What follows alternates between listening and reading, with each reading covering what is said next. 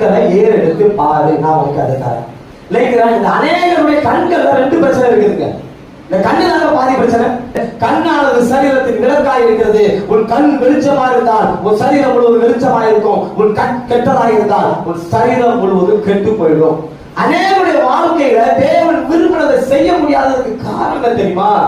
அவர் நினைச்சதை கொடுக்க முடியாத காரணம் கண்ணுதான் காரணம். இந்த கண்ணுல 2 காரியம் இருக்குது. இந்த கண்ணு சிலதை பார்க்க கூடாது அப்படின்னா பாக்குது. அதை பார்க்கறதுனால சில ஆசீர்வாதத்தை இழந்து போயிடுது. எங்க ஆண்டவர்களை பார்த்து சொல்றோம், கண்ணினாலேயே எத்தனையோ காரியத்தை இழந்து போயிட்டார்.